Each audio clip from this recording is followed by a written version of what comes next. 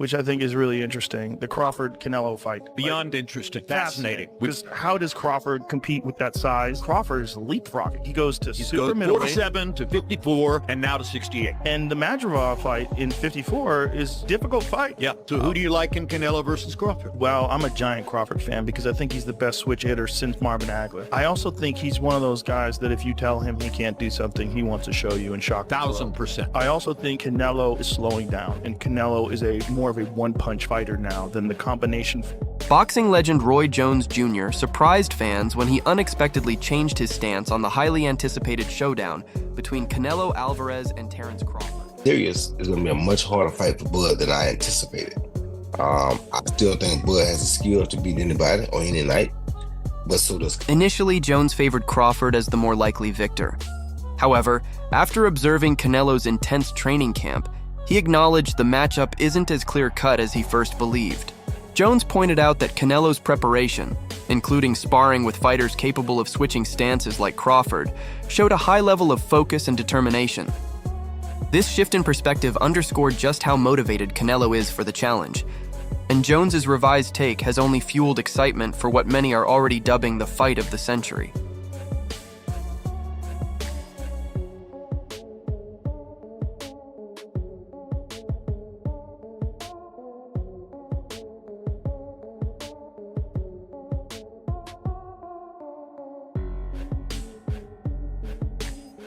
Few stages in boxing could be bigger.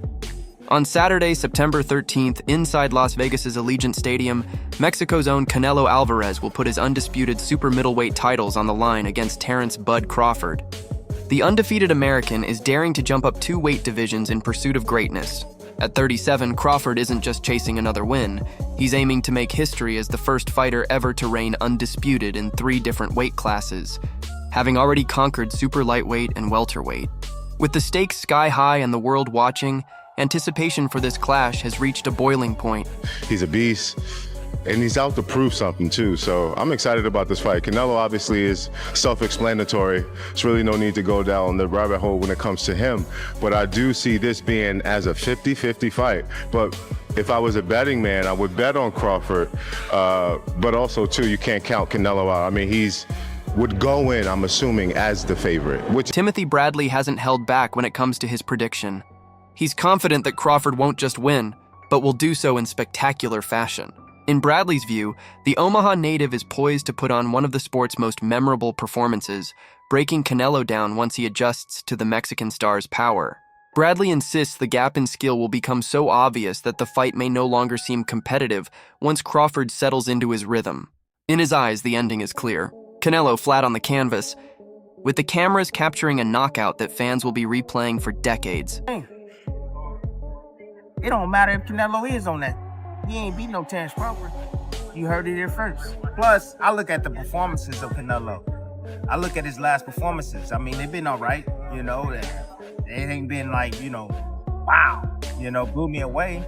So I'm not really worried about all of that. And the same thing goes with Crawford. I know he's with Snack, and I know some news came out this week and all of that, but I personally believe that Snack is clean. I think it's a conflict of interest, the fact that, hey, he knows how to beat the system, quote unquote, Victor Conte, but at the same time, I think Snack, you got products going around the world, this and that. I mean, all these athletes are testing. They're not testing anything or positive by using Snack at all. So I think they're safe.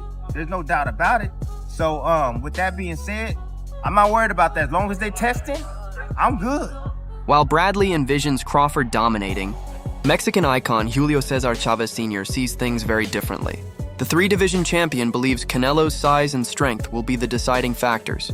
From his standpoint, Alvarez is simply too powerful and too comfortable at 168 pounds for Crawford to overcome. Chavez foresees a stoppage in the middle rounds, expecting Canelo to wear his challenger down by the 6th or 7th. To him, Crawford's skill is undeniable, but weight divisions exist for a reason, and once the exchanges grow heavier, he believes that reality will come crashing down on the American. Bueno, es una pelea muy dispareja, la verdad. Crawford es un gran peleador, pero no tiene nada que hacer en ese peso. Con todo respeto, él va por el dinero y Canelo lo va a noquear. The 2 fighters are going to be different weight classes, even though they're going to fight on a specific weight. He believes that they're just going because of the money, Crawford. but probably Canelo's gonna. Plenty of other respected figures in boxing have weighed in, only adding more intrigue to the matchup. Dimitri Bivol, one of the rare fighters to defeat Canelo, initially doubted whether Crawford could successfully leap up in weight. But after seeing him recently, Bivol admitted Crawford appeared bigger than expected and physically well prepared. He praised the American's elite skill set, acknowledging it could absolutely be enough to secure victory. Still, Bivol stopped short of offering a definitive prediction, stressing that there are too many variables at play to call the fight with certainty. First reaction, of course, it was about size of Crawford.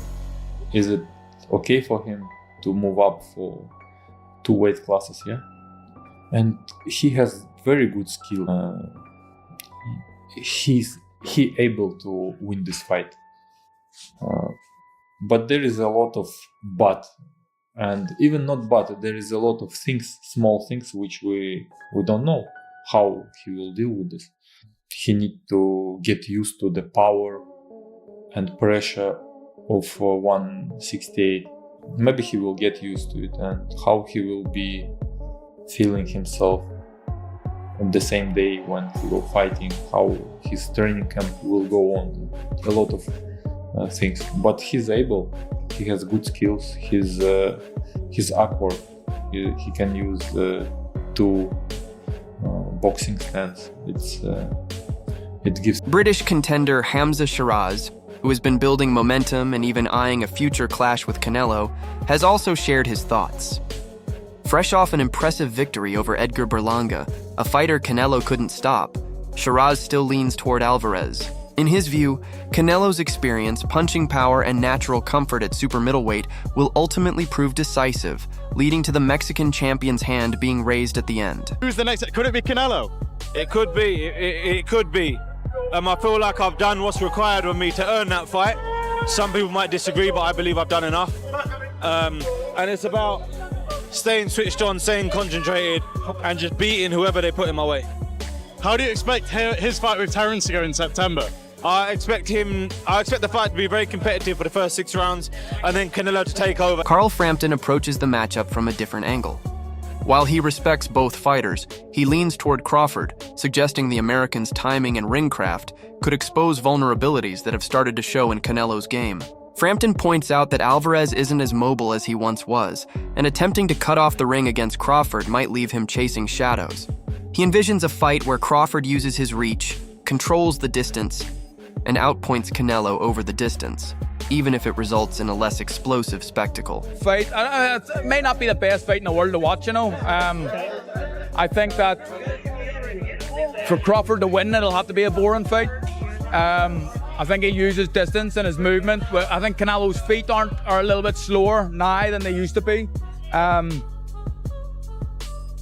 I think Crawford wins. I said it when he beat Earl Spence and everybody laughed at me. I said it that long ago.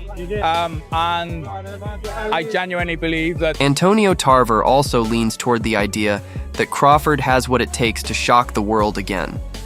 While he respects the danger Canelo poses, Tarver highlights Crawford's intelligence and adaptability as the real difference makers. To him, the fight isn't about sheer size or strength. It's about who can think faster and make the right adjustments under pressure. With his speed, unpredictability, and knack for disrupting an opponent's rhythm, Tarver believes Crawford has a real chance provided he maintains his discipline. Bro, he's a real deep thinker. He processed fights like nobody else. And he's processed this Canelo fight. He's seen it. He went through it 2 or 3 times already. He knows how this ends. You can tell the way he shadow boxes. He visualizing Canelo being right there in front of him. You understand? Look at the movement. That's all you got to do. Look at the movement. And that's the type of master boxer that Canelo is going to be facing. And the only thing I say is Canelo hasn't faced an opponent like this in a long time. You know what I mean? I think Canelo's going to have to go back to the Caleb Plant fight and look that good, that active, that, you feel me, moving with that type of grace to beat Terence Crawford. Because weight ain't gonna make the difference. It ain't gonna be the weight. It's gonna be the skill. And Erislandy Lara, who once went the distance with Canelo in a controversial bout. sees Crawford's path to victory rooted in movement and control. Known for his own defensive mastery and slick footwork, Lara argues that Crawford must rely on those same tools. Trading shots in close quarters, he says, would only play into Canelo's strengths, but forcing Alvarez to chase and dictating the range could shift the momentum toward Crawford. In Lara's view, discipline and composure will be Crawford's most important weapons. Interesting 50-50 fight. He feels like Canelo's very strong right now, and he wants to figure out to see how Crawford's gonna handle the power, especially in the early rounds, and what's gonna happen. So yeah, he said he remembers fighting Canelo back 14 years ago it is now, and he said he remembers he uses legs real good, and as long as Crawford uses his legs and he doesn't let Canelo just hit him in the arms and beat him up in the arms, he has a very good chance. Trainer Abel Sanchez views the matchup with measured concern, especially when it comes to Crawford's rapid move up in weight. He notes that while Crawford has visibly added muscle, it often takes years for a fighter to truly settle into a higher division. Sanchez warns that the extra size could come at a cost, slowing down the speed and agility that have long been Crawford's trademarks. If even a little of that quickness is sacrificed, he believes Canelo will be in position to capitalize and use his power to take control. Guy come up from 140 pounds in such a short period of time. I'm not saying he couldn't have done it if he'd have taken 3 or 4 years like Canelo did and built up not only his strength but his bulk in the correct way. He would have had a better chance, but to do it in these 14, 15 months that he's done. Andy Ruiz Jr. emphasized that in boxing, styles can matter more than size. While giving respect to both men, he highlighted Canelo's past difficulties against slick southpaws, a mold Crawford fits well. Ruiz believes the matchup is so evenly poised that predicting a clear winner is nearly impossible. Still, he acknowledged that Crawford's stance and sharp ring IQ could present serious problems for the Mexican star. If you weren't a Canelo Crawford card, that card would be a million times good. Still an amazing card, but you would have added a lot. Who wins, Canelo or Crawford? I think it's gonna be a good fight, man. I'm going for Canelo, of course. You know, he's the Mexican warrior as well.